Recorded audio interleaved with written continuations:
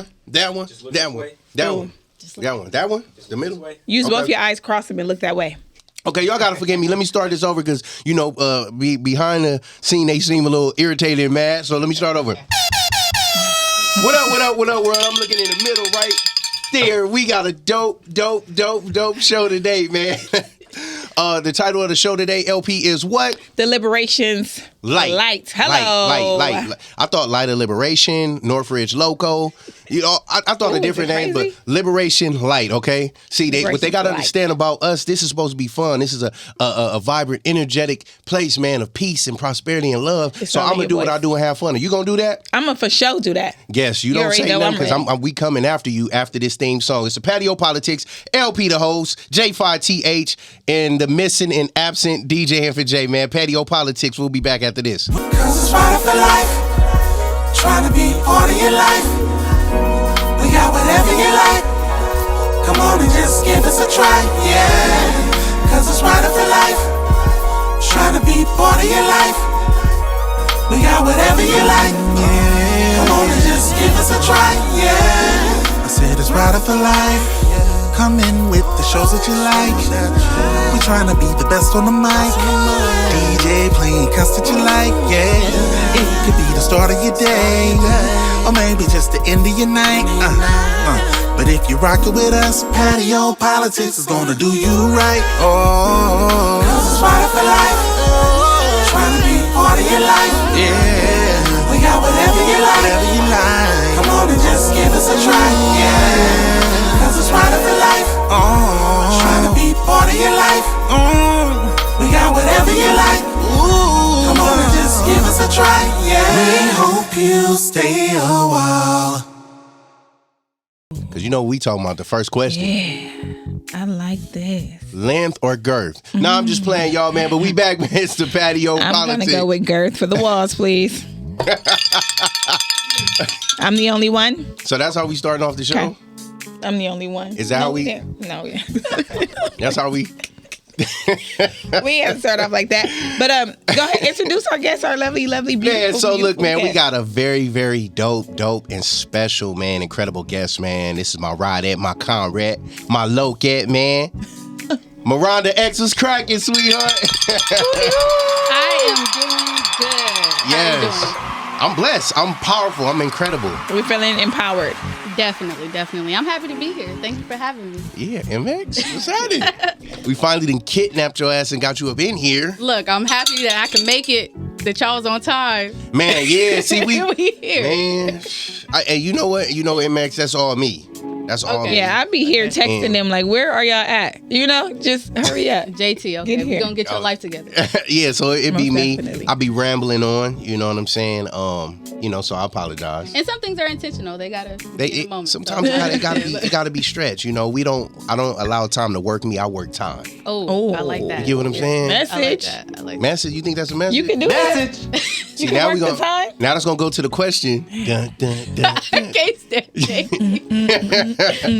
So, man, let the world know and all that where you from. I know where you from because I done read the dope book and all that. But where you from? What you representing? Ooh, one of the best cities, the Valley, the San Fernando Valley. Valley, baby, all the way, 100%. Yes. And you representing hard. Middle school you went to? What middle school, man? Ooh, Sepulveda Middle School. She's excited about this stuff. That's Yes, dope. yes. My mom went to Sepulveda Middle School out there. Are you for real? Really? Oh, okay. She got kicked out. Oh, But she went. But she went though. She took that Easty shit over there and got kicked out. Oh, yeah, okay, it's okay. not Shout out to It's mom. different. She wildin'. It's not for everywhere. Yeah. What high school? Ooh, so I went to a different couple of high schools to let y'all know. So Why though? Hold up. yeah, I think we moved. No, not at all. We moved every year. And so when I was in 9th grade, I started at Arleta High School, which was like a new school. Then I moved to Atlanta, went to Towers. Jesus. And then in 10th grade, went to PolitiCz. I was in North Hollywood. And then I settled in at Reseda High School, and I graduated from Reseda. Oh, shout out. Okay, to let me that. just. So It damn, might you sound crazy. Wait, you was already going to Atlanta, Georgia, right? Yeah, I lived in Atlanta. Wow. Okay. Yeah, when I was younger, I don't know what it was, but I felt like my self-awareness or the things that I wanted for myself was there at a young age because I was like, Mom, this ain't it for me. Can I leave? Yes. And my mom let me go. Yeah. Nice. Damn. Yeah. To Atlanta or from Atlanta? Sorry.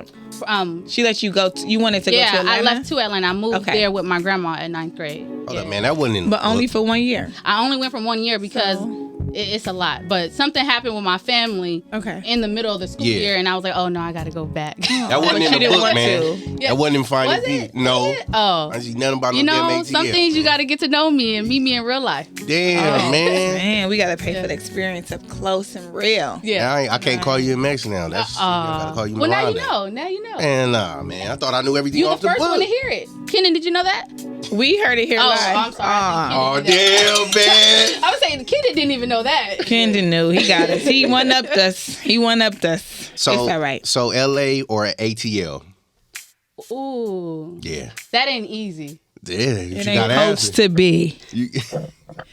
I love Atlanta. Okay. Right? I love Atlanta because it promotes like black entrepreneurship. Man, it sure does. It does. Home ownership, and it's several black businesses. And if you're from the Valley, it's different from LA. We were raised around Latinos. Mm-hmm. We didn't have black professionals, or maybe the one black person in the class. Mm-hmm. So when I moved to Atlanta, it was like a cultural shock. But then when I came back in my adult life and lived in LA, I just loved everything about LA. And so everything that I loved about Atlanta, I got in LA, but with family. Yeah. And feeling that spirit of being at home, except we don't got Atlanta prices.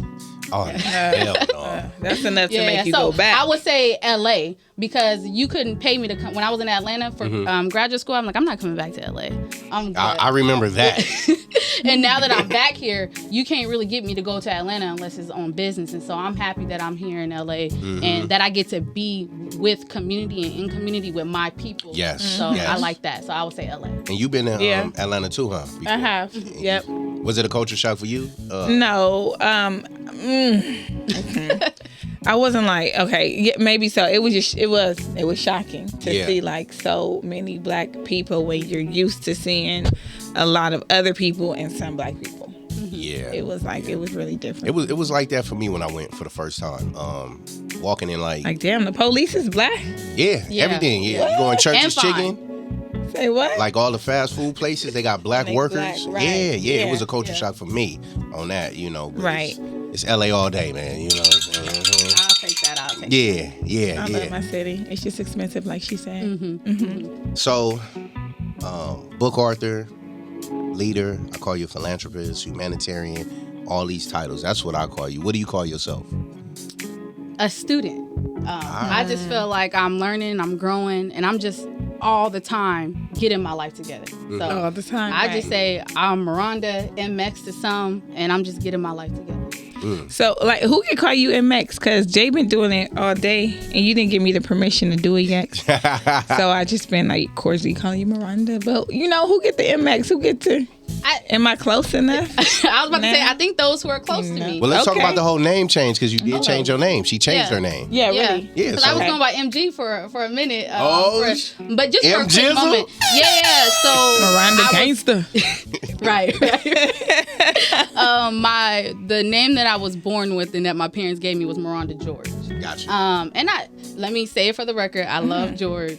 I love my family. Because they'll start feeling some type of way they did feel some type of way when I did change my last name. But I think when I got into college, when I got into college and I was exposed to a different level of consciousness and I was exposed to the Nation of Islam and then their process of what it means to reclaim yourself and your identity, I thought that was powerful. And I wasn't in the nation. I was just introduced to its teaching. My mentors was Muslim. And I was like, wow, like that's just so powerful because the first thing that they did to us when we came to this land was rob us of our last name. And so the fact that they said the first thing that you're going to do is reclaim yourself and remove the slave master's last name. And so I just went by X because that was the thing that they did in the nation. And so I was just like, oh, wow.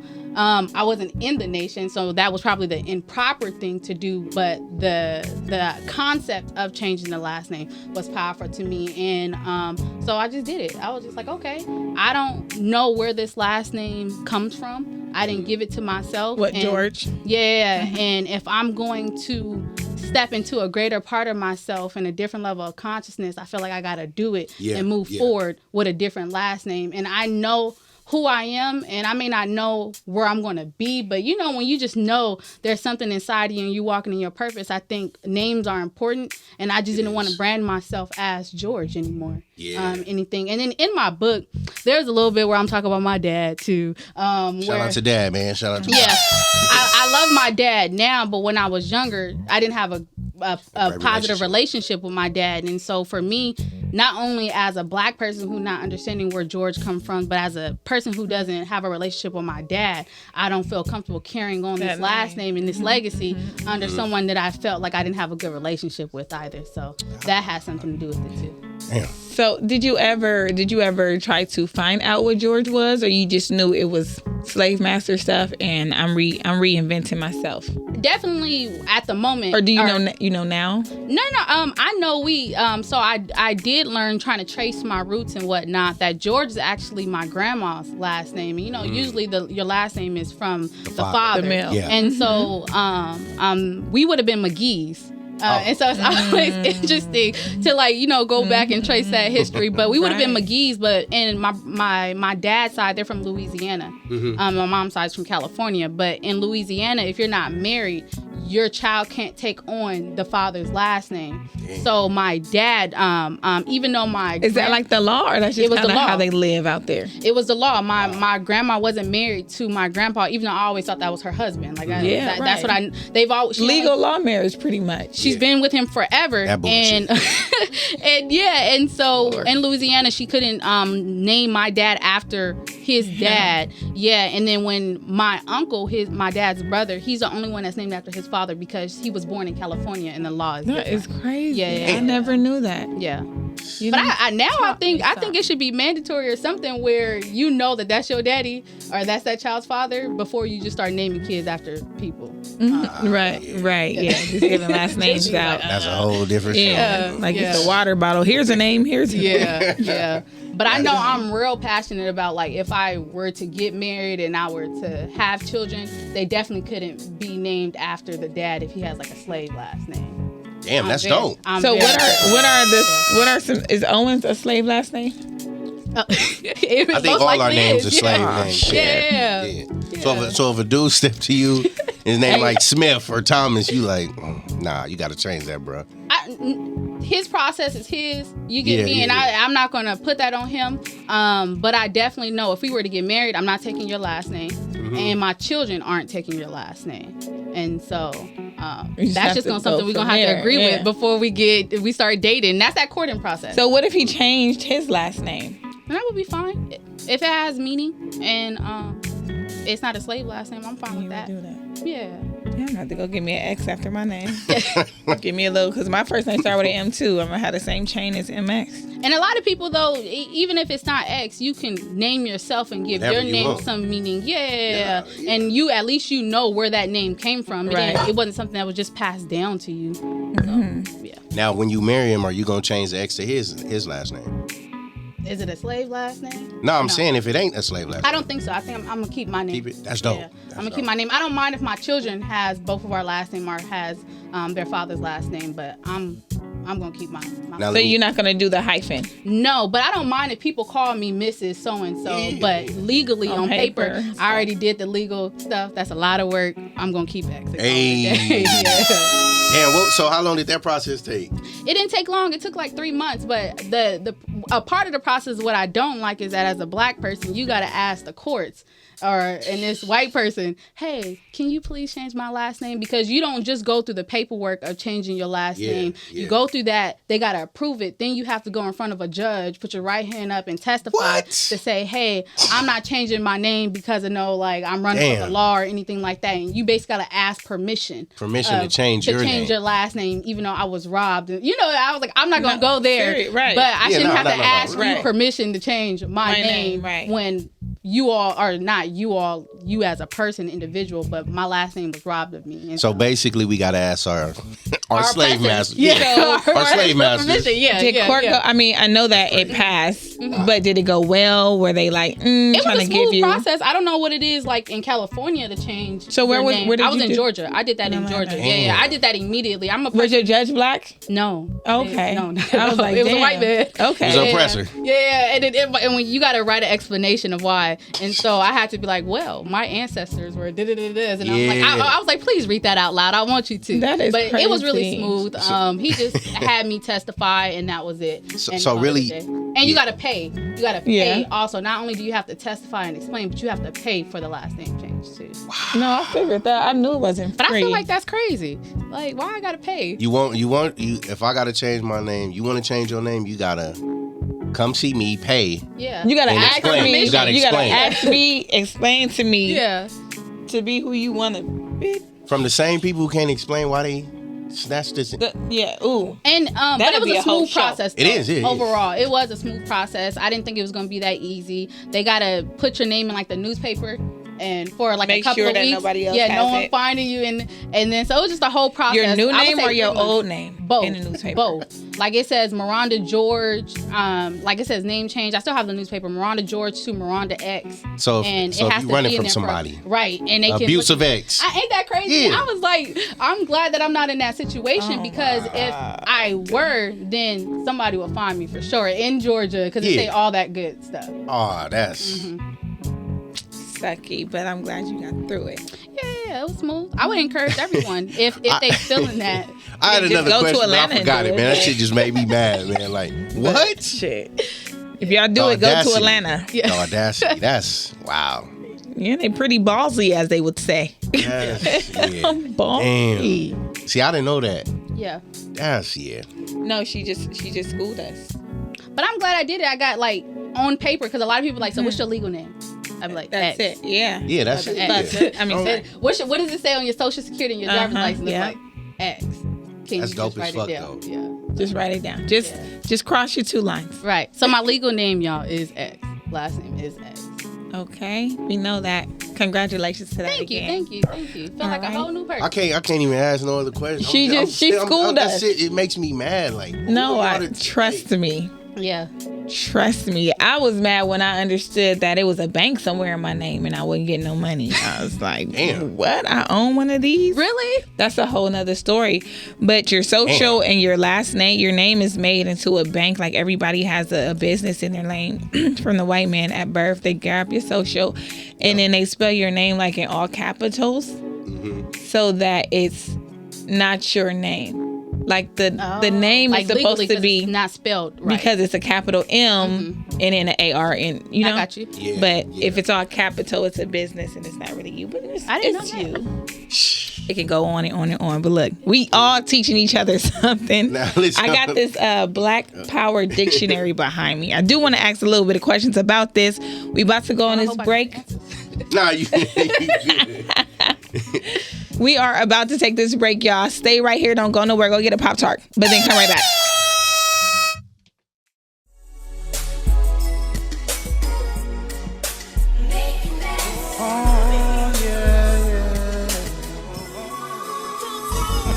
All smiles, no trouble. If you rollin' with me, ain't no nigga like me. I'ma show you, baby. I'ma make you mine. All smiles, no trouble. If you rollin' with You trust me? Come here. I want to help you ease your anxiety if you allow me to.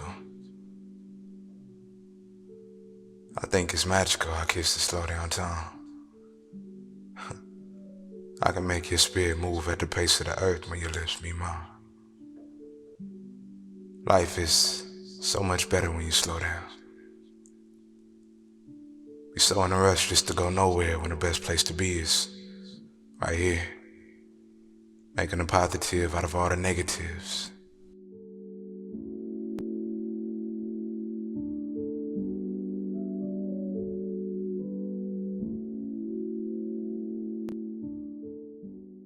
My mom passed away when I was 14, so I ended up getting like 4 other moms, and you know, I took from each one, and as I saw their characters, it taught me how to grow into a woman.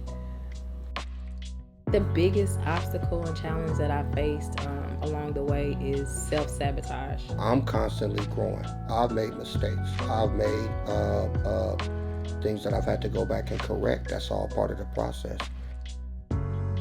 Because of my dark skin and my thick thighs and my big booty, for a long time I fed into what Hollywood or America said that I wasn't. I hate people say that you're not gonna do that, you're not gonna be able to make it, you're not good enough. That inspires me. I really follow the cats in the game that stick to code, ethic, you know, just morals. I like to humble myself in front of people to show them that it can be done. What I feel that sets me aside is having God by my side, because He is the one that makes me unique, and He is the one that gives me the strength in order to make myself seem unique.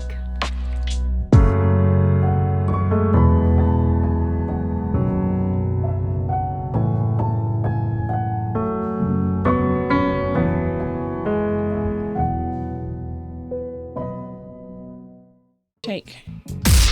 There it go. You are now rocking with the Patio PolitiCz.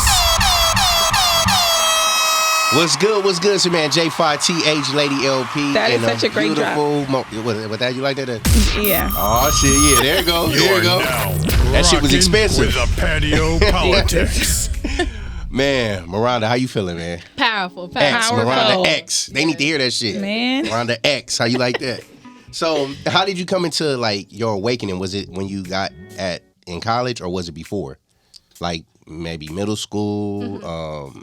I think it was a process. I feel like it was always in me, whether I knew how to articulate it or identify it. Because when I was in high school, and Kendon knows this story, but when I was in high school, I feel like that was the first time. I always knew I was Black. But I don't know how to explain it, but it was during, I went to Reseda High School, and during Black History Month, it was like the 15th or something. I'm like, dang, these folks ain't acknowledged Black history not one time. What is going on?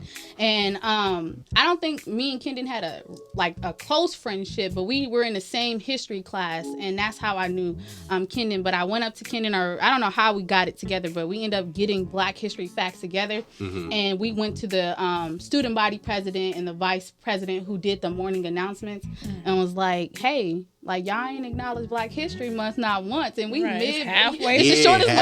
Halfway through. Yeah. Can we say some facts? And it was like, oh, well, you have to only be the student body president and the vice president to be on the morning announcements. And we was more like, politics. Oh, it was a lot. It was like, well, man, y'all didn't care. Your story's about to send me for the day, man. More politics. Yeah. And we were just like, well, y'all didn't care to say Black history in the first place, so no, you can't. We did our own research. We doing this. And I feel like that was the first time ever that I really advocated for my Blackness and wasn't going forward, because we could have just gave them the facts and say, okay, well, that's enough. Please just acknowledge our Black History Month. But we was like, no, y'all didn't say anything. We don't want y'all to do it. We gonna be the ones that say it. And so I think that was probably like the first time maybe Kendon and I, non-student body president and vice president, were on the morning speaker at our campus. And then right after that, Kendon and I was like, yep, we're gonna run for this stuff. We're gonna make sure it happens. So this is Kendon with the braids? This is definitely Kendon with the braids. Definitely Kendon with the braids. Yeah. And we were on one, so we were able to I think after that we ended up wanting to do a Black student union on campus. And after that we found resources, or I was able to kind of advocate for Black students in that time. And I don't know if I really did it because I knew what I was doing, if that makes sense. Wow. And so it was just something where I felt like, no, we're here, we matter, and it's something, y'all need to be doing something. And remember, I told you I went to a different school every year. I was a new student there.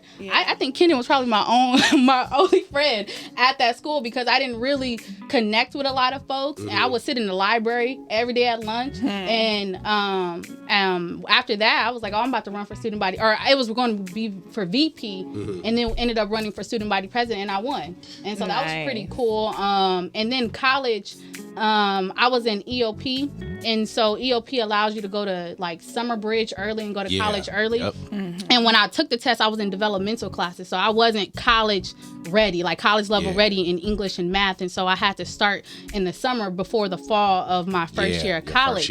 And which was a really great experience because I got to adapt to college. I was a first generation college student, so I got to be exposed to that before everyone else got to be exposed to that. And I went in as a child development major and was like, okay, well, I want to work with kids. That's all I want. I don't know what I want to do. I just want to work with kids. So I'm assuming that that's child development. But I forgot. I think I had one professor, or I learned that there was a such thing called Africana Studies. And when I went, it was called Pan-African Studies. And so I was like, oh, that's cool. There's a degree in that. Like I could take classes. Like if I could take my English class, I could take an English course, but from a Black perspective. My writing course from a Black perspective. I mean, I wish math was from a Black perspective. That would have been cool, but they didn't offer that. But everything public speaking from a Black perspective. And I thought that was cool.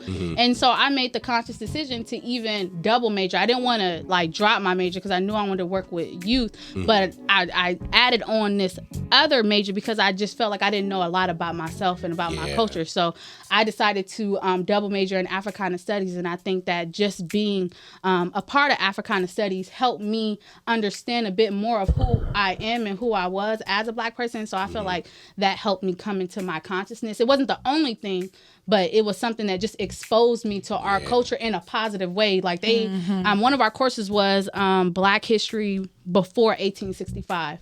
Wow. And I don't think anyone, when we think of Black history, we think of enslavement. That's it. And even then, they don't even say enslavement. They say slavery. And I'm like, y'all, it's important to understand that we were not slaves. We didn't just agree and volunteer to be slaves, right? We were enslaved. Captured. It wasn't by choice, right? So the fact that I then learned about ancient Kemet and all that good stuff and the mother of civilization, I'm like, what? Like, we're such powerful beings. But think about it. I'm 18, 19, learning about this information. Like, where was that when I was 5, 7, preschool? Like, what did that do to my development as a Black person, feeling like my people were slaves and they wanted to be slaves, and that's all that they did. And so I feel like college helped me, or at least the courses helped me with that. And then I was exposed to ABC, the African Black Coalition, and that changed my life because it was something that I was learning. I remember learning about the Minister Louis Farrakhan, and the Black male class. They had a class for Black men. And I was like, that was dope in itself. And they were talking about the Minister, and then they were talking about the Million Man March. And I was like, dang, we need another Million Man March. And that was cool. When I said that in 2014, went to the African Black Coalition, January 2015, met my mentor. Later on that year, in October 2015, we had another Million Man March. And I was able to go there. I was able to, the following year or 2 years later, I was able to meet the minister, and then now I'm in the nation. And so it's just like that exposure and who you're connected with and to really just changed my entire trajectory, in my opinion. And I'm still learning. I still feel like I don't know everything. Of course, but I know that I'm powerful. I know that my people were not slaves or just enslaved and things like that. And so I just feel like I just try to show up and just do what I need to do. Yeah. And that's about it. So at 18, 19 and learning this stuff in the Pan-African class, what were some of the things that kind of blew your mind that you picked up on, like, whoa? Yeah. Well, first, that the Black woman was the mother of civilization. I thought that was cool. Like, wow. So everybody comes from the Black woman. Hello. Right? I thought that was... Yeah. Okay, the scooper ain't for nothing. Amazing. And then the worldview, like the African worldview versus the Eurocentric worldview, to even understand the world in that way, to be like, okay, well, as a Black person, I navigate and I operate within this world differently. Like, we're more communal versus individualistic. And so just being able to articulate that, because what I try to do, I'm in school now. You said what? Articulate that? No, I think it sounded like she said try. Yeah. I don't even know what I said, but it was try. I hope you didn't say that. You trying to do it, or you doing it? Oh, okay. We don't cuss in here. Shit. Well, I was. I'm in school and I'm currently trying to research. What did I say? Am I saying it? Okay, hold on. Are you trying to do this, or are you gonna do this? I'm in school and I'm currently studying how to understand the differences between Africa, the African worldview and the Eurocentric worldview. There you go. Give you a round of applause. She did it. There you go. That's important. Yeah, that's important because I definitely didn't hear myself neither of them times saying we gotta whatever break I that said. habit. We gotta break that habit. Thank you. I appreciate it. Try. Just understanding that I don't want to spend my time debunking Eurocentricity or the Eurocentric worldview or the European worldview. I want to understand more about my people and how we operate. And what was the biggest difference you've seen on the worldviews? Just even basic, like we're communal, right? We're people who love to work together and we do things better in groups. We don't just think about ourselves. I have this poem. It's like when we're in school, or like for example, when I was in school, I wasn't just in school for myself. I was in school for my family. It's like, and I feel like I say, when I eat, we all eat. Yeah. Right? That's how Black folks do things, and that's how we operate. We're not just doing things for just self. Yeah. Right? We're doing things for the better of our family, our community. Yes. Versus in America, we're taught that, one, we got to work hard, play hard, make it to the top. If you don't, if I did it this way, then somehow you need to learn how to do it yourself. I made it, then you need to do it. Versus teaching people how to do it and working together. To help them get there. Yeah. I thought that was just powerful in itself, and understanding like there's just different things that they call it, like cosmology. What was that thing? You know when your grandma have a dream about a fish? Yeah. What does that mean? Somebody's pregnant, right? Yeah. That is our African worldview. That's how we communicate, and that's how we understand, and that's a lot of times that's how we receive knowledge, right? Yeah. But that's something that's African. That's the African within us. That ain't the American. Okay, because I've heard that before. I didn't even recognize. Yeah, and so it's a lot of different things that we have. I learned about Ubuntu. Right? I am because we are, and the different African proverbs and what that means, the Adinkra symbols. I just felt like I was exposed to a whole lot. In my Africana Studies classes, when we would take a test, I hate tests, y'all. I get test anxiety. I really can't, like, especially if it's a math test. But in this particular class, she would let us do group tests. So during our finals or our tests, helping each other out, we could come together, and it wasn't multiple choice either. Like there wasn't one right answer. It had to be short, a short response. Yes, because you could explain it. You may not have the right word to say exactly what it was, but you could explain yourself through it. And if you understand the concept of it, then you got the answer right. Yeah. But in America, it's black or white. You either got it wrong or right. And so the fact that I was in that class to be a part of that experience, so not only learn about it, but for them to also model it, I felt like it just changed my way of thinking. I like that. Wow. There's this board game that I got from a Black entrepreneur. It's like Monopoly. It's not called Monopoly, but it's like Monopoly, just like it. And it shows you how to build each other up, like you said. A Black creator. Yep. So if you land on this person's property, you don't necessarily have to pay this person. This person can give you a pass, or you guys can do a trade, or it helps you to build people up. Whereas the regular Monopoly game is like, oh, it's me for me. You land on my stuff, you gotta pay me. If you don't have enough, you gotta sacrifice something. And I was like, that's dope. Just looking at that game, it was Derek Grace. It was Derek Grace. His it's called banking, in-home banking. Yep. Is what it's called. And think about what he's teaching his kids. Girl, even he's that, amazing. that's amazing. He's amazing. But yeah, and it's like just the fact of the game that they grew us up on Monopoly like that. It don't have to be everybody for themselves, you know. We can buy the blues together and make it happen. It's like, wow. And we play Monopoly for hours. Yep. Man, trying to be on our own. And I was always losing. It's like, damn. I felt like I was going to lose in life. Like, damn, I'm probably losing life because I can't play Monopoly. I swear to you. Even as a kid, damn, I'm not good. Because they're teaching you different principles. But if we can work together, it works. And collective economics, think about the principles of Kwanzaa and things like that. And what that means is just little things that it's still us working together as a community. We need each other, right? It works better that way. to me, I mean, I think it's enough money for us all. I think it's enough professions for us all. I don't even know where the greed comes from, but that's a whole nother because that's story the too. It's the American way. They teach us about greed. They teach us about getting it all for ourselves. I mean, I know, but I'm just saying, and leaving everybody else behind. Yeah, I don't get it. Like, so your black, like the Black Student Union that you was forming, the BSU. Yeah, back in high school though, which is a surprise to me. She was only at for 1 year. Yeah. You get what I'm saying? When you was causing trouble. No. Good trouble. Oh no, we was causing trouble. Yeah, but I mean, So would you like look at yourself then? Could you see yourself where you at now then? No. No. Even now, I know that I'm walking in my purpose, but sometimes it's hard to even articulate what that purpose is. Like I just know I'm here to serve my community. You asked me earlier, like, what would I call myself? I said a student, but I would also call myself a soldier. Like I know how to take orders and do whatever I need to do for the good of my community. Yeah. And so when I was young, whether it was my ancestor speaking to me, it may not have been me. It was just something I felt like needed to be done in that very moment. I can't think of this girl's name because I wanted to ask you, like, how deep are you in this? And, oh my God. Maybe after the break, I'm going to have to find out that girl. All right, so let me ask you this, right? Nah, it ain't that question. Okay. All right, so you would you consider yourself a frontliner or general? General. This or this?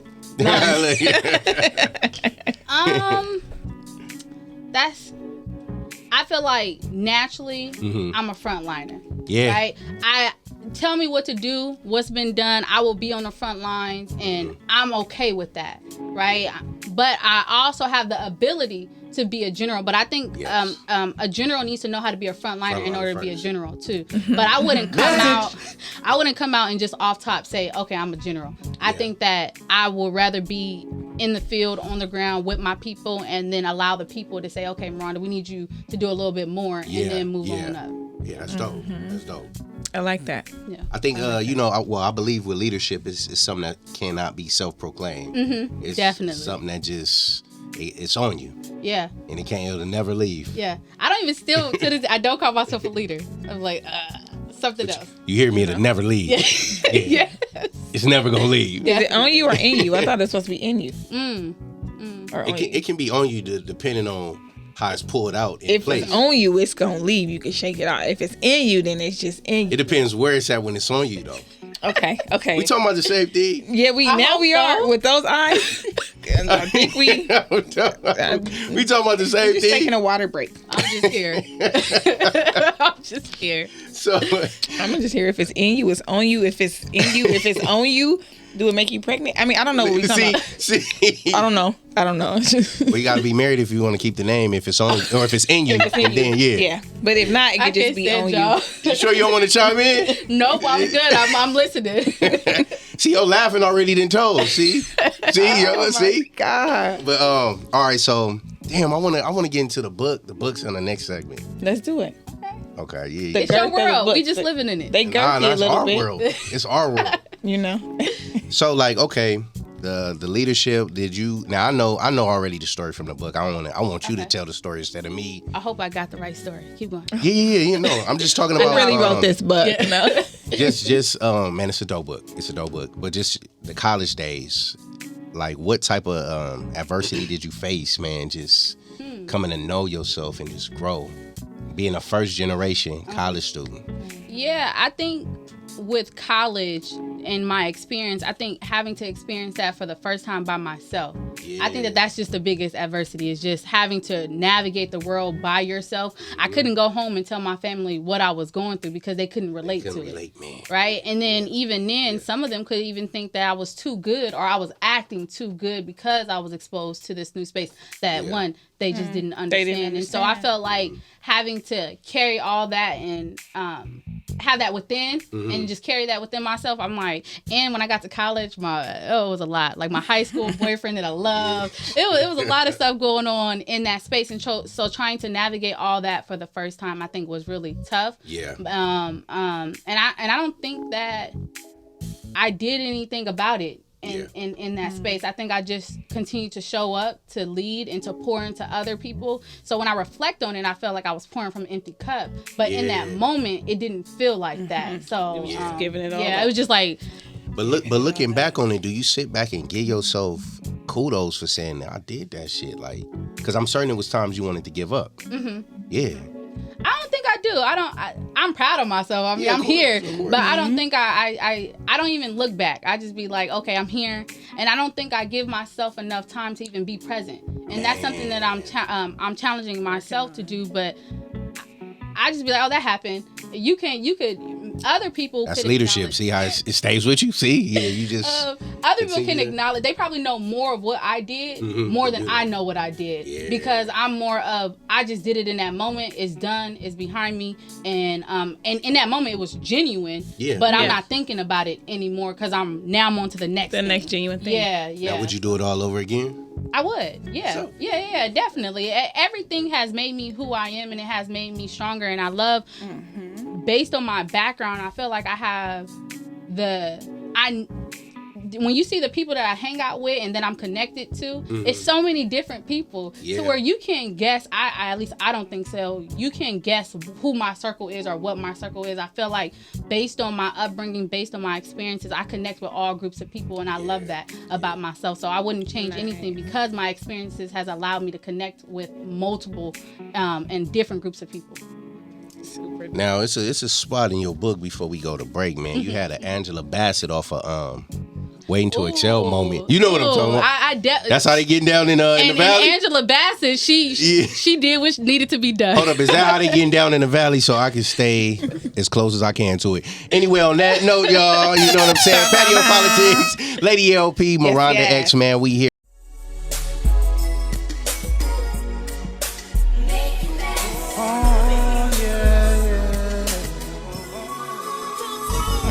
All smiles, no trouble. If you rollin' with me, ain't no nigga like me. I'ma show you, baby, I'ma make you mine. All smiles, no trouble. If you rollin' with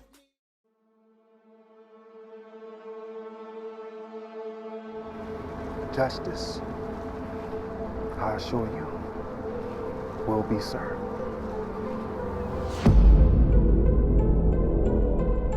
You want to restore the community, you have to restore order and instill fear in the people.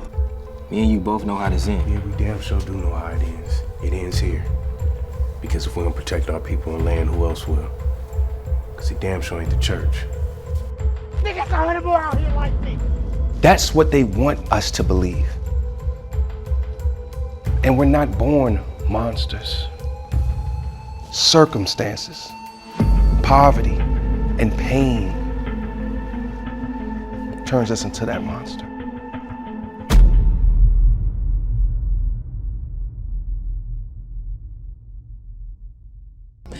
We hope you.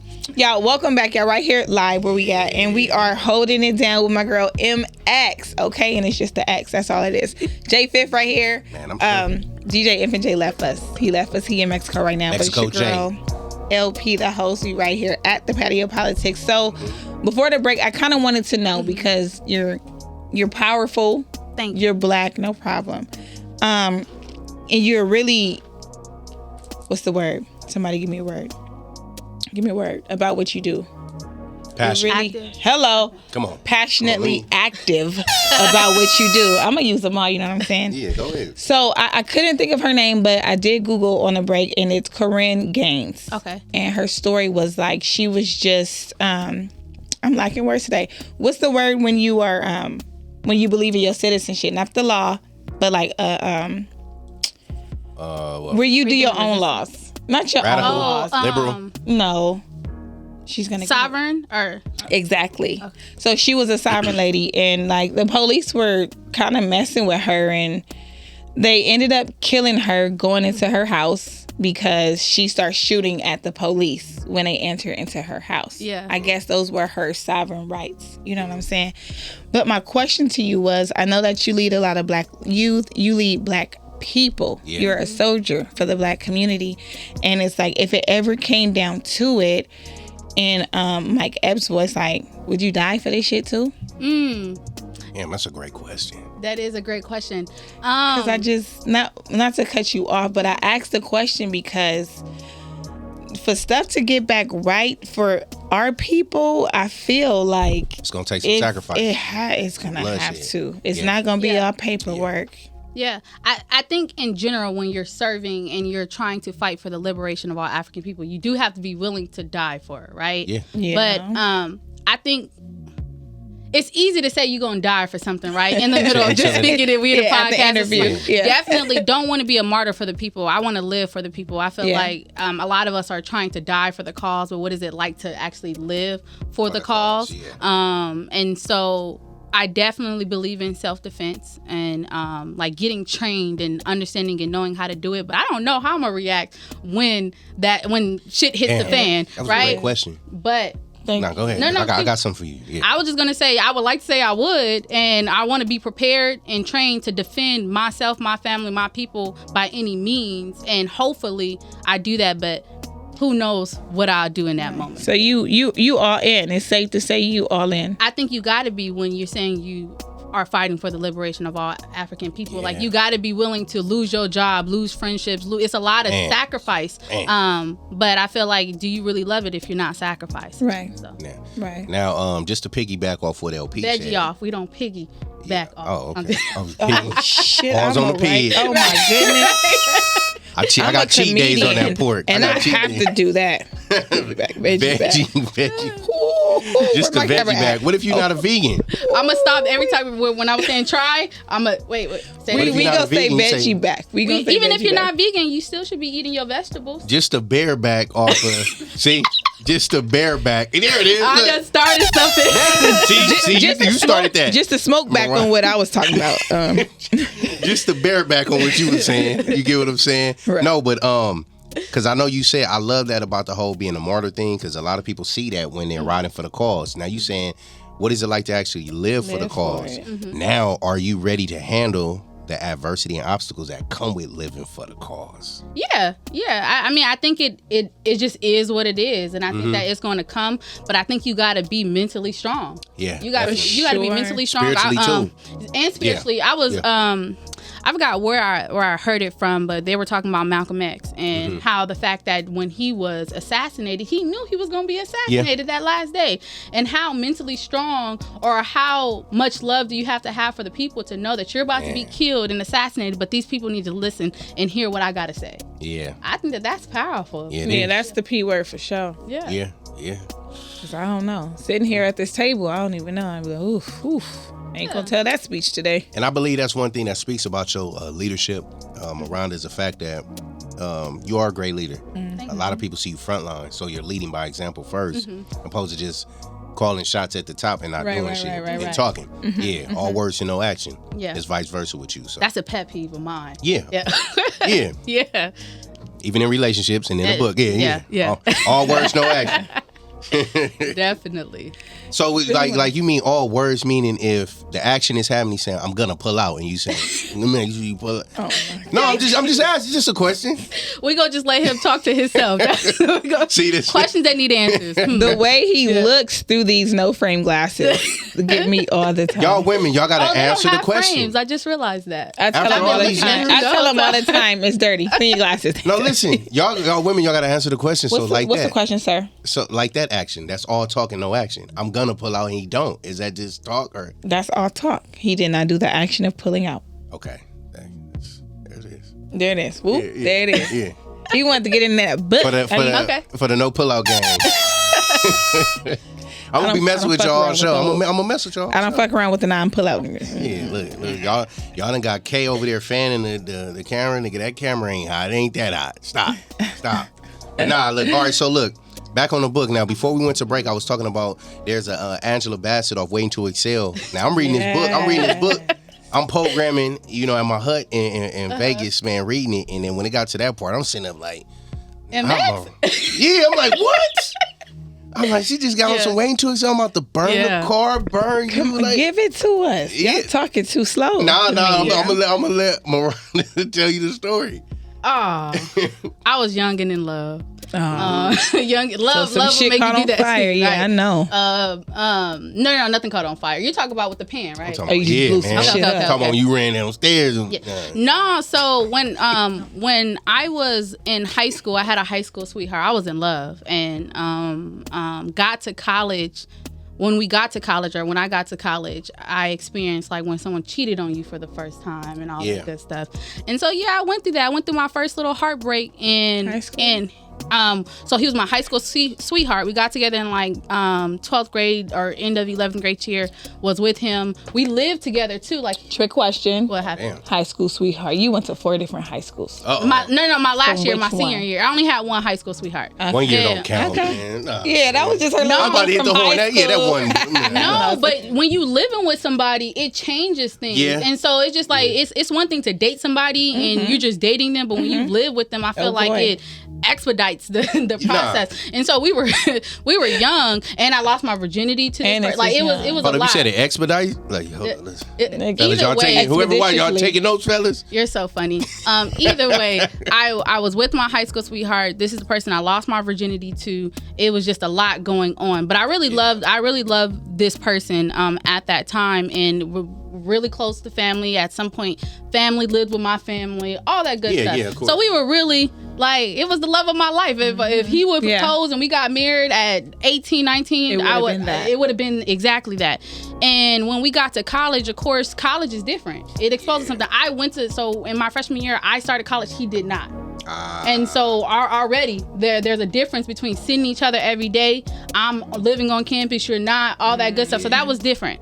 But I'm just gonna say it from the lens of what how I looked at that. But reflecting on it could be different. But from my perspective, this is what happened. So I feel like we got to college and he cheated on me. And not only did he, the first time he kissed another girl, so that was whatever, right? Was that whatever, girl? Please. I'm just saying that's cheating, ladies? Yes. I'm just asking. It's not, Jay. Yes. It ain't. I'm asking because people that are watching this, I gotta be in the middle. So if your girl sucked a dick, is it cheating? That's different. It's the same. It's the same. You're kissing on something. You're oral sex. It's oral sex. See, y'all take these kisses and y'all. But either way, but just think about where I was at. I was in freshman year, right? I learned, and this is 18, 19. This is what his ex-girlfriend at that too. So he kissed somebody, and then the way that I found out was through text messages and stuff. I don't like that, because then I feel like you having me out here looking stupid, right? And this girl, it was a lot going on in the messages, but I didn't like it. And so I addressed it. I called it out right then and there. We broke up. I remember Kendon lived next door to me. He was right next door to me. Boo-hooped Kendon, all that good stuff, whatever. Right? I forgave. Oh, the God King. Went home and God King was one of them, huh? No, because Kendon was our homie. Kendon was in the middle. It's hard to be that friend that's in the middle, right? And so having to respect boundaries on both ends. No. So that is definitely tough to play that role of a friend on both ends. Shout out to Kendon, because he wasn't fake. He was real dude shit, though. He wasn't fake. Real shit, though. And I don't feel like Kendon was fake or he was biased. I feel like biased. He was responsible on both ends. And maybe he was there for old dude and he was there for me without compromising our friendship at the same time. Totally understandable. If Kendon would have did some foul stuff, and I would never have talked to Kendon ever again in that moment. I feel like he did what needed to be done. You would have did the waiting to excel shit on him too? I think I probably just wouldn't have even talked to Kendon. I think that's worse. Just like, I don't even want to talk to you no more. I don't respect you. Because you got some scoundrels. Like, if you would have ran in their arms, they would have been like, yeah, come here. I got you. Yeah, but so I forgave I forgave him at that moment. So now that we're in college, it's like a back and forth, like breaking up. It's just different. The relationship is just different. Now I think he's back. Now he got into CSUN a year later. So now we're in a year in. Everything changed. It's different. We ain't the same people in high school. We were at my house. I think we had finally got back together. I don't know what happened, but we were at my house. Something in me, the ancestors, was whispering in my ear to check his phone. Don't say that. Oh, yeah. So, no, wait. Somebody was like, because they said, MX. Yeah. Go get the phone. I think that's what I heard it. I think I heard that. The phone is face I gotta put this button on you. That nigga sleep. He was sleep. You mad? Get out your bed. Yeah, but no, I wasn't like just something. I don't know what it was, but something. Wait, was he asleep or he was up? He was up. He was in like the room with my brothers or something like that. It was just something. He had no lock on his phone. Listen, I don't know. But I was in my mom's room, and all I saw when I was reading this text message, and I love this album too. So it makes it even worse. It was like the next time we fuck, I don't wanna fuck, I don't wanna make love. Next time I wanna, it's the Drake lyrics to like Own It or something like that. I love, what is that? Nothing was the same. Next time we fuck, I don't wanna fuck, I wanna make love. I'm not. I don't know the song, but shit, I'm going off that bar. We could play it, but all she doing is she sent him some lyrics, and I was like, next time I wanna. What you do? And this girl, my man. Yeah, this girl is beautiful at that. She's a very beautiful woman. I won't even like a model. She was a beautiful woman. So not only is she beautiful, she texting you these lyrics, and then she's end up. At some point, she's talking about me, like, oh, I know what you had with her, and da-da-da. So now I'm irritated. Let me tell you something, because I just heard in your voice. At that time, did your hands shake? Was your hands shaking when you read it? Was your heart beating fast? I was hot, and I've never been so upset. And so I think I called him in. I was like I don't remember that. How did he come in? Did he come in like, "What's up, baby? Yeah, What's up, baby?" He was cool. And then I was like, make this make sense, right? And he was, why are you in my phone? That was shit. No, okay. Why? Because that'd be our first phone. That'd be our first hit. But either way, I forgot what happened, but I think I slapped him, like whatever, and he pushed me. He pushed me into the closet, and I fell.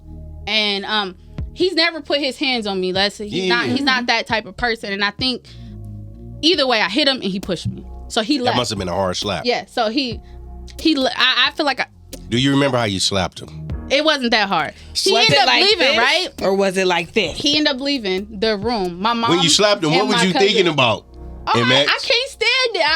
Was you thinking about that make love or her bringing you up or a combination of both? I was bringing up the lyrics because what that meant was the person that I lost my virginity to, you just had sex with somebody else, and that kind of broke, because we lost our virginity to each other. Let me rewind that back. Okay. So that made me feel like we had a bond and we had a connection. Right. You just broke our shit. I don't know how you can come back from that. You can't come back. At least from that, at where I was at that age, right? It was just like, dang, my mom and my cousin was in the they were in the living room watching TV. I don't know what I don't know what made me do it, but don't say the damn ancestors. It wasn't the ancestors. It was something unhealthy and toxic within me. But it was like grab the pot, right? I went in there. No, I didn't grab a pot. I grabbed a knife. That's what I'm talking about, girl. That was and look me. Right here.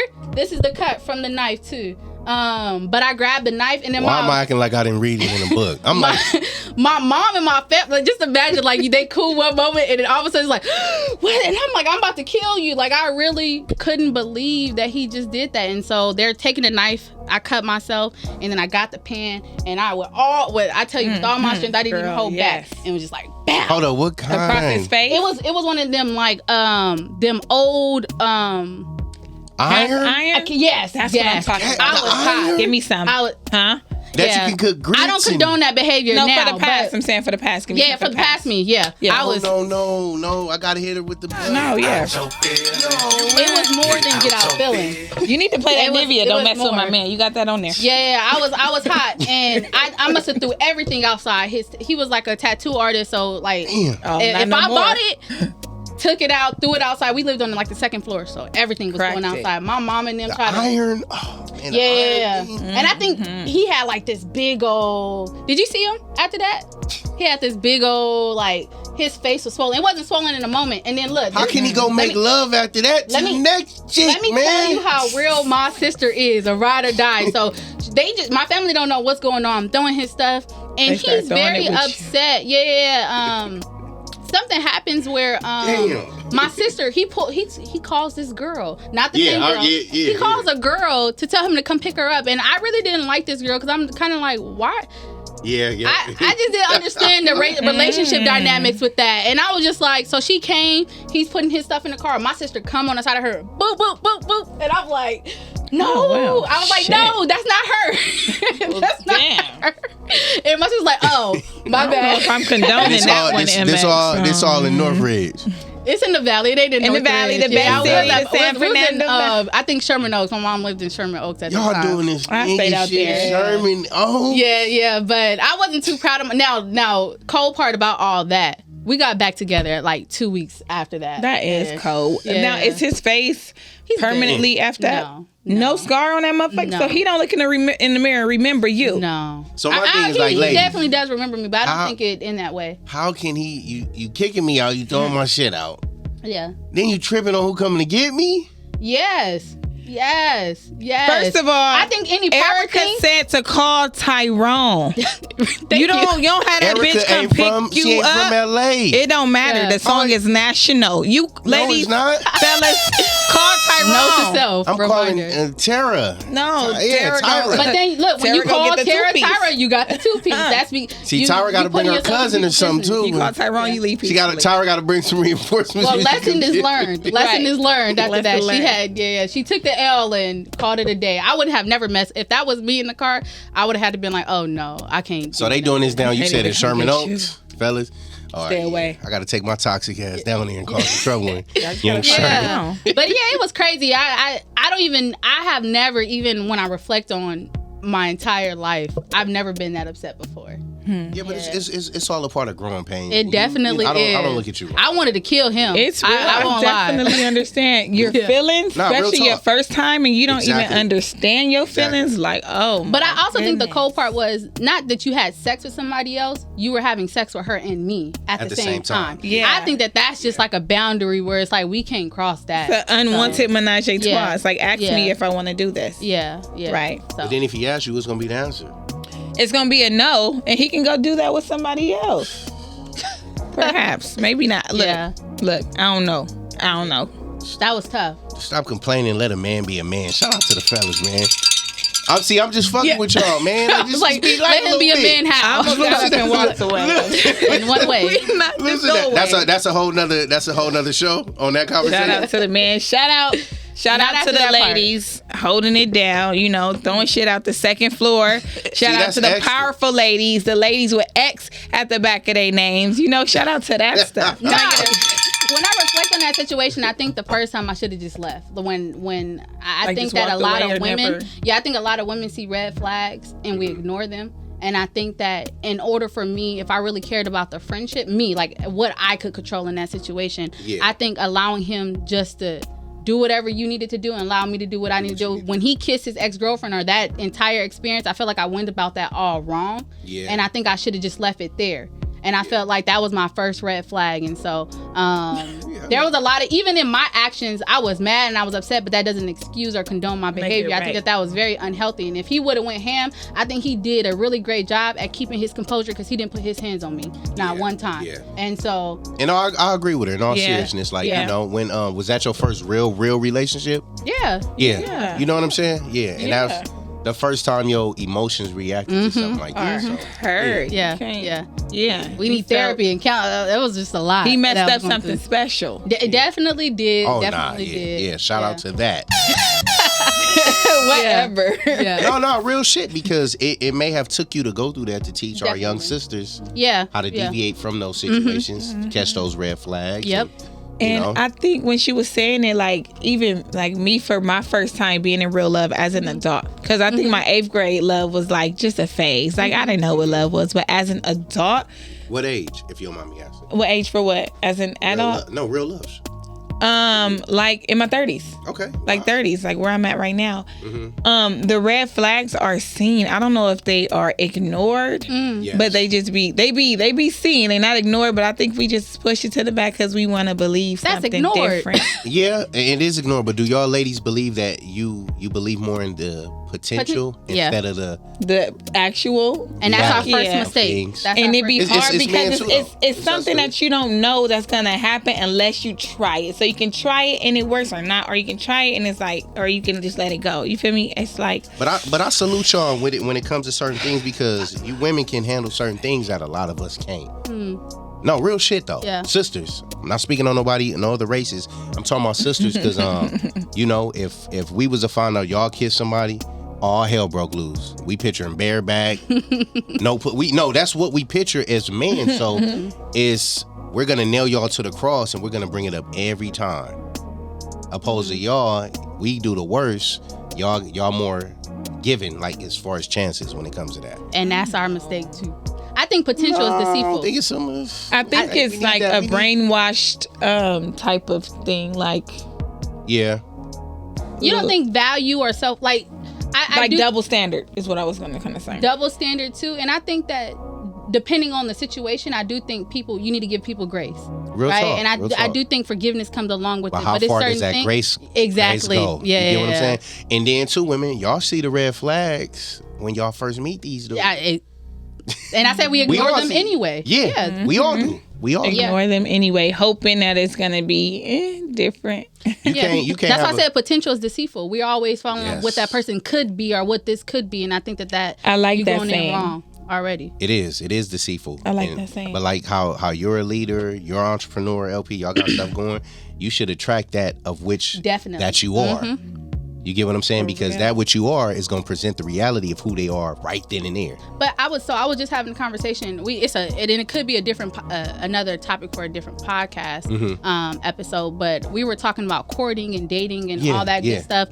But a lot of the women that I hang out with, like they have their master's degree, they got a lot of they're entrepreneurs, they got a lot of good stuff going for them, but they can't attract what they are. They are, yeah. And I asked, like, I'm like, well, can you tell me more? And I even look at some of their behavior, and I'm looking like, I mean, you got these great things where you have but mentally and emotionally, spiritually, are you there to attract that same person? Exactly. And where are you going? Like a lot of times, women with a lot of accolades, they may feel like they got a lot of stuff, and so they'll try to get a man that's less than just to have like power. It's like power dynamic. Yes. Yeah. But it's a lot of stuff that I feel like we as women we got to get our stuff together. For sure. We definitely got to have that on there. No, for sure. Yeah.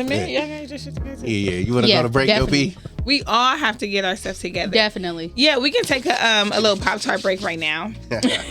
For sure, man. Patio PolitiCz, man. LP the host. Crew, we need some foodness. Oh, need a break. Okay, y'all. Man, MaRonda X, J5TH, man. We gonna go on a break real quick. You trust me? Come here. I want to help you ease your anxiety if you allow me to. I think it's magical how kisses slow down time. I can make your spirit move at the pace of the earth when your lips meet mine. Life is so much better when you slow down. We're so in a rush just to go nowhere when the best place to be is right here, making a positive out of all the negatives.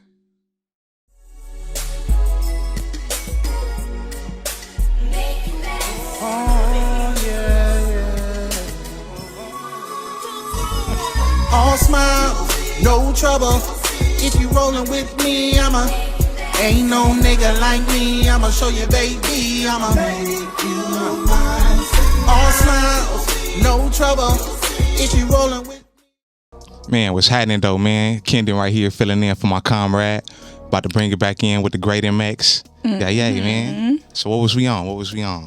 So what was we on? I don't know what the hell we was talking about before he left here. Everything was so good. I think it was like relationships. Relationships. We when I acted a fool on relationships. So size or girth? No, I'm just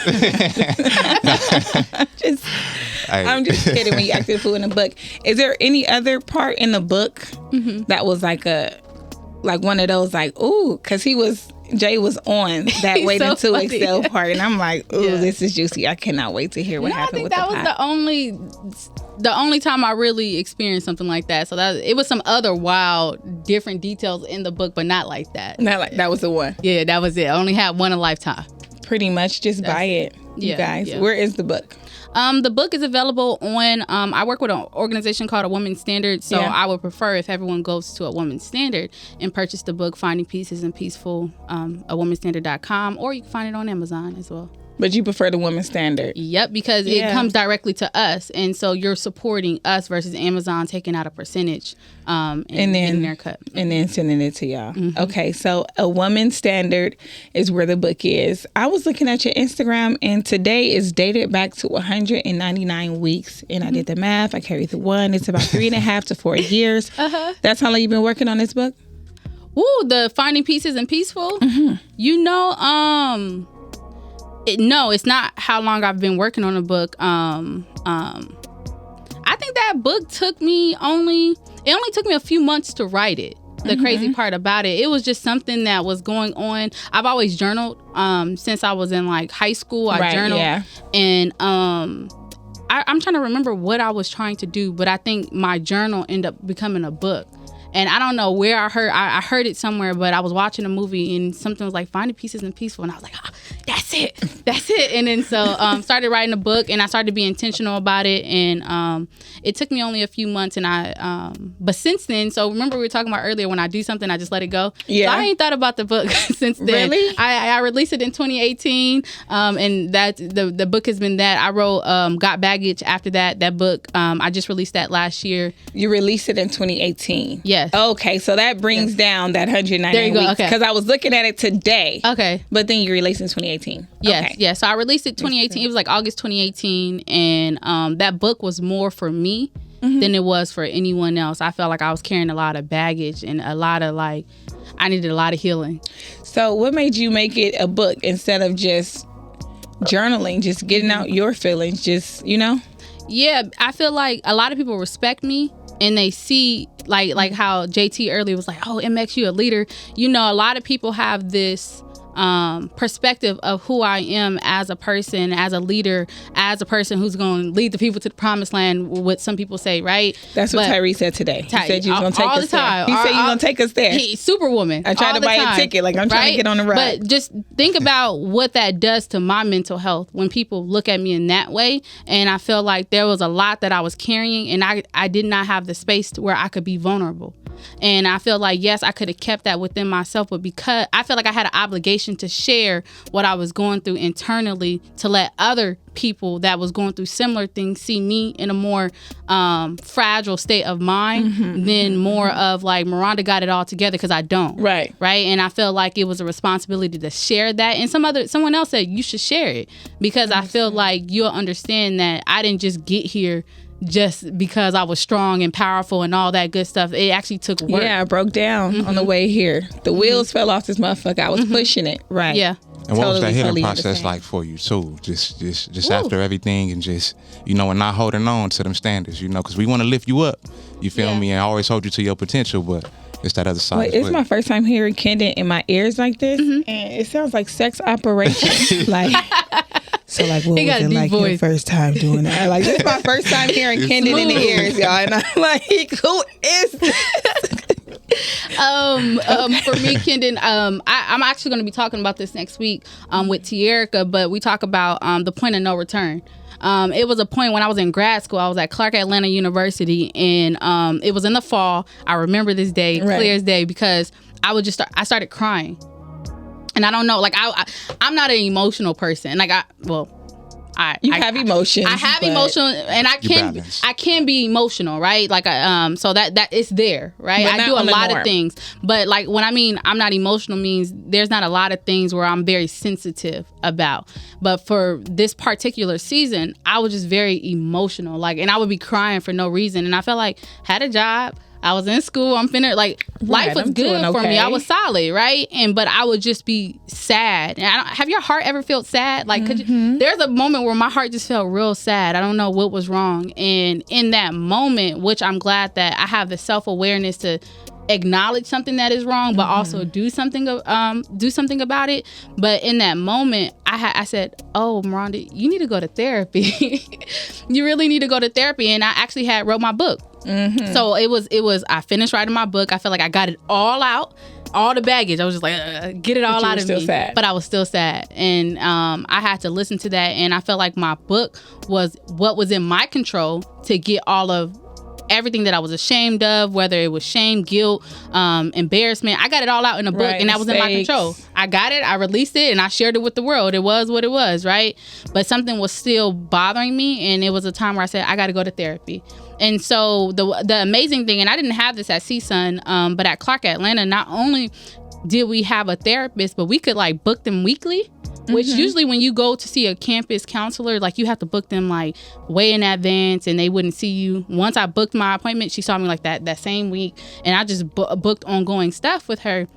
And she was just talking to me, and maybe it's something that I already knew, but she was just like, well, is it something about the fall? Is it something about this? And it was in October, but long story short, that realization of it was the same time or around the time that my brother died.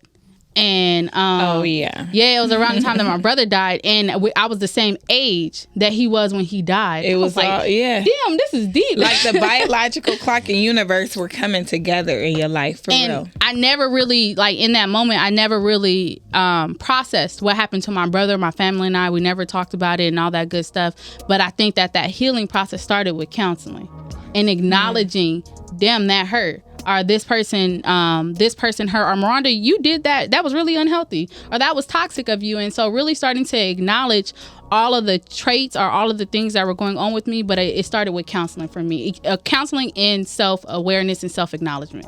Like being able to identify the problem, help us fix the problem. Yeah, because if you don't know it, you don't see it as a problem, you won't fix it. And that's what actually inspired my second book, The Carry Got Baggage. Because with finding peace isn't peaceful, people were like, oh my God, MaRonda, you went through this and did it. That's so inspiring. Right. And one thing that I said was inspiration fades. It's like, okay, how do I teach people and how do I give them, write it down. How do I give people the actual tools to overcome their barriers? And so that inspired me to write Got Baggage, because I feel like we're all carrying something. Right. But do we have the tools to really unpack? And we're always going to have baggage. And so I created the carry on process. You know, when we go on a plane, right, we have our luggage, which is heavy. And we know that if it's over 50 pounds, we get taxed. Yeah, you gotta pay for it's too much. It's overweight, right? So that's the baggage that we're carrying. Is it overweight? Do you have enough to fit within the 50 pounds? Or right. Should can we you just travel pack with this or not? And a lot of times now I carry a carry-on. And I don't need no baggage anymore. But we always need something to come with us. So it's kind of like, how do we pack light? How do we understand and navigate the world with still our baggage? It's just not heavy that is holding us back. So, yeah. Nice. The second book. Okay, I heard that. I wanted to, I was taking my notes over here. Now, what was that you said? You said potential is deceitful. Thank you so much. Okay. That was... I really take my little notes. You know, I'm forever a student. Like I am always. We got to be always learning. The third book. Tell us about it. Ooh, I ain't got no third. Third. Before we get into that third book, like, you know, some of the tools that you talk about in your book, you know, for the people that's watching, what are some of the ways that you balance being a giver and taking care of yourself? You know, some of the little tips that you can leave some of the queens out there who may be going through some of the things that you went through. So the question is, how do I find balance between supporting others and like supporting myself and giving into myself and taking care of myself? I think boundaries. I've learned to say no. Oh, that's good. A lot. Like without feeling bad though, right? Because some people say yes just because they feel so bad to say no. And I'm a giver naturally. I was just telling somebody I love to solve problems. I love to fix everything. I'm a fixer, right? So if you come to me, I want to be able to be like, ooh. But now I kind of be like, MaRonda, do you have the emotional capacity to even handle this right now? I'm even mindful when I connect with people, what state of mind that they're in. Those are things that I did not do in the past. I'm more thoughtful and considerate on saying, hey, how are you feeling? How are you feeling? And do you have the emotional capacity to take on what I'm about to tell you? Or even, and I do that with myself. So I think boundaries is one. Please set boundaries. What is another? I think listening to myself and trusting my feelings and things like that. Like if I'm feeling sad or something like that, it's okay to be sad, MaRonda. I'm giving myself permission to feel my feelings. And I think a lot of us sometimes when we feel those feelings and they may be uncomfortable, we try to avoid that, and we try to avoid that with work. I was that person too. I would try to fill my day. Right. Fill my day with a lot of things to do. And I feel like it's okay to sit in silence and do nothing. Don't let people make you feel bad for doing nothing, because nothing is okay. It's an opportunity for you to pour back into yourself, or just allow yourself to process what is happening. Yes. And take it all in. But also just being okay with your feelings and allowing you to feel your feelings. And so I would say those are the top two. Nice. I like the setting standards or the boundaries and being able to say no, because it was It took me a long time too. Like, just, you know, I would say no, but still feel a little bad. But now I'm at the point where it's like, I'm grown and I can say no. Yeah. I won't say no to you all the time. Mm-hmm. It's just this time it is a no. Yep. It's for a really good reason, I promise, but it's a no. Now that you say that, I say the third one is everything's a process. To give yourself some grace and take it day by day, because a lot of times we try to rush the process and just take we your want time. Results. We want it. Yes. As soon as we thought it, we want it. So remember I told you I wrote my book, right? Mm-hmm. When I wrote my book and I got it out, I felt like automatically I was supposed to be healed. Like, dang, why am I still sad? Like, I'm done. I'm past this. It was like a checklist, right? I got it. Healing, done. Check. But did you write about your brother in your book? I wrote about everything. Okay, because I was about to say, not even knowing what else was making you sad, that was sticking with you. You needed to heal from that. But a lot of times we do I don't know how to articulate it in a good way, so if you have a different way to explain it, let me know. But I feel like a lot of times some of us, and I'll speak for myself, we're doing things out of checklist, or out of like obligation. Like, it's like, I'm writing this book because it's like, how do I make it make sense? But I wrote this book because I feel like this book is going to allow me to let go, to express myself, and boom, it's done. Now it's the next step. Like, it's very technical versus it's not like life. Like, you're not living through it. You're not processing it. You're not being present. And I had to challenge myself to say, one, be a part of this process, MaRonda. You just wrote a book. Like, who wrote a book in your family? Not only did you write a book, but you shared a lot of details in your book, because it talks about my brother and the death of my brother and how that impacted me. It talks about my family, the dining room table. It talks about my relationships with men, and then it talks about sex. It's things that I don't really talk about, and you probably wouldn't catch me ever talking about it, but I talked about it all. I said I let it all out and left it there. Yeah. And just tapping into that book, just being outside looking in, like knowing you, I didn't even know that you was gonna drop a book, you know what I mean? But then you just put it on like you was talking about it, but for you to put that out, it was so vulnerable of you, because don't nobody ever hear you talk about none of those things. And I think Kenan, he has a poem, I wish I had my book here, but he has a poem, or like a short poem that talks about taking out the trash. Like, it ends talks about the pen don't steer me wrong, and then it ends with, I'm just taking out the trash. That's what I was gonna name my book the very first time, was taking out the trash, because that's how I felt about my emotions. I'm just getting rid of it. And I just needed to unpack, long story short, but I am where I am now, and it's still a journey, right? I think healing, wellness, and life it's a journey. So even though I was there and I wrote a book, I feel like I unpacked and all that good stuff, it does not mean that I'm not going to go through certain things again, or that I'm going to know how to handle it. And so I think that people just have to learn to be patient with themselves as well. Yeah, patient with yourself, patient with life, because you can't beat life. It's just going to either catch up with you, or, got to be patient.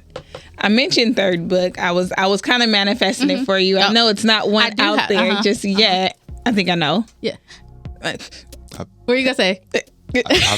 Is it a third book? Podcast. That's something else that she got going. That's a creative outlet. Let us know a little bit about the podcast, the one that's done, that people can, you know what I mean? Yeah. And any future ones that you would like to discuss. Okay, so with the book, I have an idea for the book, but it's different than it's not around healing and wellness. It's just an idea that I have. So that's can't tell nobody, because I don't want nobody to do the same thing. But I have a 30 by 30 bucket list, and another book is on that list. So I'm excited about that. I am 27. I can't believe it. The other day I had to use the calculator to learn how old I was. I was like, dang. Me too. That's what happens. That's what happens when you stay 30 for 4 years. You gotta be like, wait, how old am I? I've been 25 for like 4 years too. No, the stuff I was saying wasn't matching no more. This lady was like, how old are you? I'm like 30. She like, how old is your daughter? I'm like 10 or whatever. She like, well, how old was you when you had her?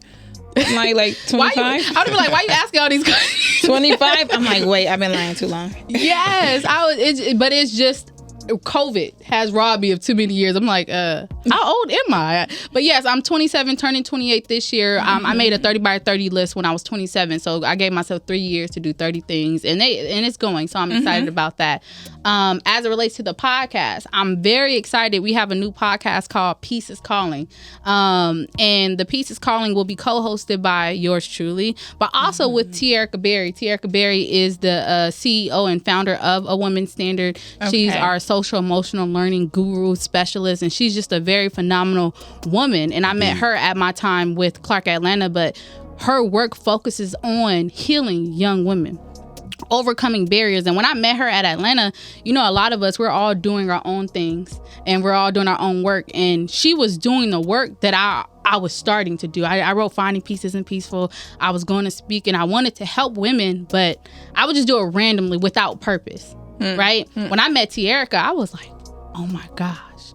She's doing exactly what I want to do. She had the terminology social emotional learning, because social emotional learning is like a different level of mental health and trauma and all that good stuff. I wanted to help on a basic surface level, and she was already doing that. And I remember reaching out to her. She's going to laugh if she hears this, because I reached out to her and she did not write me back. She ignored me for and she didn't ignore me, but she just didn't contact me back for a couple of months, right? But I knew I wanted to work with her, and I always wrote back. So I was talking to myself for a couple of months, but I knew that she was somebody that I wanted to learn from, and she opened her organization up to me and allowed me to make an impact with her. And so we've been doing great work, and she travels and works with young women. So it's been an amazing journey. Congratulations. Thank you. And the podcast. Yeah. So we did, and anybody who knows me knows that I'm a doer. Like we ain't gonna keep talking about things for a long time. So Tierica and I always joked about doing a podcast. I had a former podcast called The Dining Room Table. Yeah. And if you read in my book, Finding Peace Isn't Peaceful, there's a chapter called Dining Room Table. And in that, do you want me to talk about that, or? Man, let the people know. So in the dining room, and whenever you read it in that chapter, it talks about how I didn't have a dining room table growing up. And what do you do at a dining room? We at a table right now, right? What do we do at a table? Yeah, you sit and converse. You come together, you converse, you learn about each other's day as a family. You're able to be in community with a family. Now, what happens when a dining room table is no longer there and you don't have that space? That common space. Room. So it was a lot that I was going through, as you can see in my book, but it was never a time where I can come together with my family and chop it up and say, hey, this is what's going on in my day. And that's just me.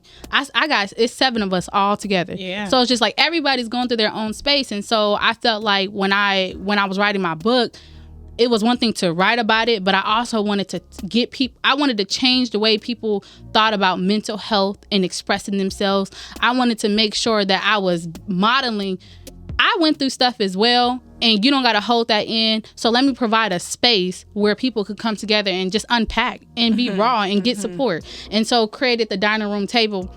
And that was something that I wanted to be consistent with. I wanted to do it for a year. So my thought process was like, I just need to do this for 1 year straight. MaRonda, you got this. And I made it through that year. Yeah. And so I made it through the year. And I think that the concept of the podcast was really dope. And it's not... Dope as fuck. No, I just did it. It was really great. And it wasn't something that I just wanted to let go, because I felt like we still all needed our dining room table, whether that was in person or virtual, audio, and whatever that is. And so I like that. One of my colleagues, Keandria Rivers, she was really awesome, and she was like a guest on my podcast a few times. I met her in Atlanta, and I felt like, again, she wanted to go into her own space of speaking and all that good stuff. And so I said, hey, do you love this enough to do it? Because if you don't love it, I'll continue doing it, but can you take this over? And she said yes, and the Dining Room Table podcast is still in existence today. Very proud of her.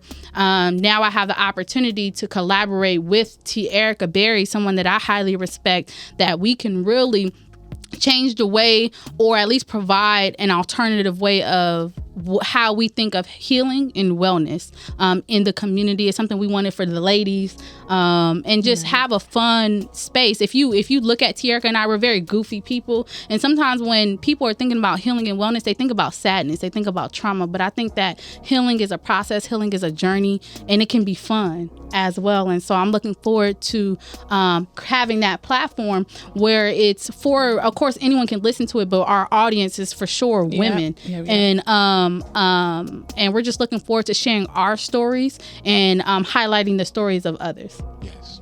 Super dope. I like that. I love the impact that you're trying to put on people. Thank you. Or that you already have and that you're going to continue to do and all of that so far for real. Because like we discussed earlier, like you have to be mentally ready maybe for all the sacrifices. I ain't going to say no crazy words, but you have to be ready for all the sacrifices. And everybody ain't headstrong like that. You know, I think it takes a lot. Man, and just being the queen and set that standard, you know what I mean? Because we definitely need that other half as men, you feel me? That's going to make it feel like, oh, it's okay, we go to war, I got a partner. Right. My soldier right here with me. Wait, first of all, Destiny's Child got a song talking about they was looking for a soldier. They looking for you. The guys is looking for you, the soldier.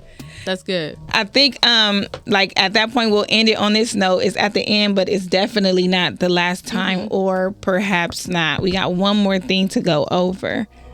This right here. The Black Power Dictionary. Yes, and so I work with the organization, serve in an organization, have the privilege to serve in an organization called the African Black Coalition.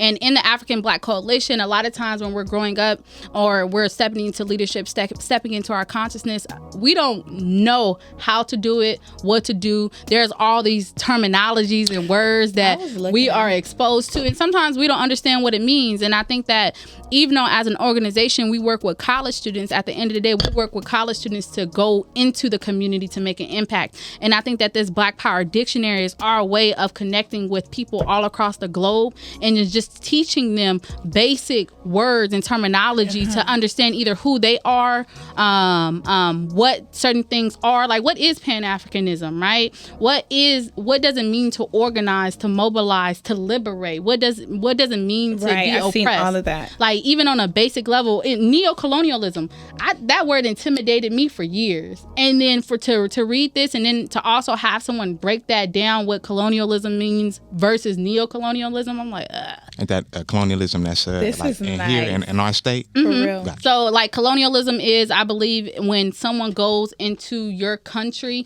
and take over and move you out of your own country or space, right? Eviction. Yeah. Neo-colonialism is when they take over, but you're still in that space. And so I was just like, oh, wow, this is deep. And so I feel like the Black Power Dictionary just provides a basic level of understanding of what it means, what Black Power means, or just in general stepping into your consciousness and understanding certain words. Because I know a lot of times when you step into your consciousness, you look online, we live in a digital world now. It's just words that are very intimidating. And so I think that the Black Power Dictionary provides that opportunity where you can just understand what is going on. And you're introduced to ABC. You look at this book, it's like, oh, what is this? Yeah, this is real. I like it. Yeah. And what is ABC? Who is that? And we host a conference every year. And so hopefully people look us up, follow us, and support the work that we're doing, because it's definitely amazing. And I look forward to even being a part of the African Black Coalition, but also witnessing our growth as the years go. Most definitely. How long has ABC been around?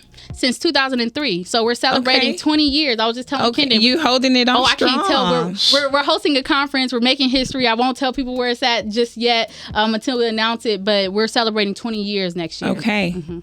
2 decades. That's what's up. If you want to become the intimidated and not be intimidated, get this right here and tap in with the African Black Coalition and let the people know where they can find you at and stay tapped in on the journey. Yes, I'm so glad I reactivated my Instagram for this moment right here. Nice. You can find me at MaRonda X, MaRondaX.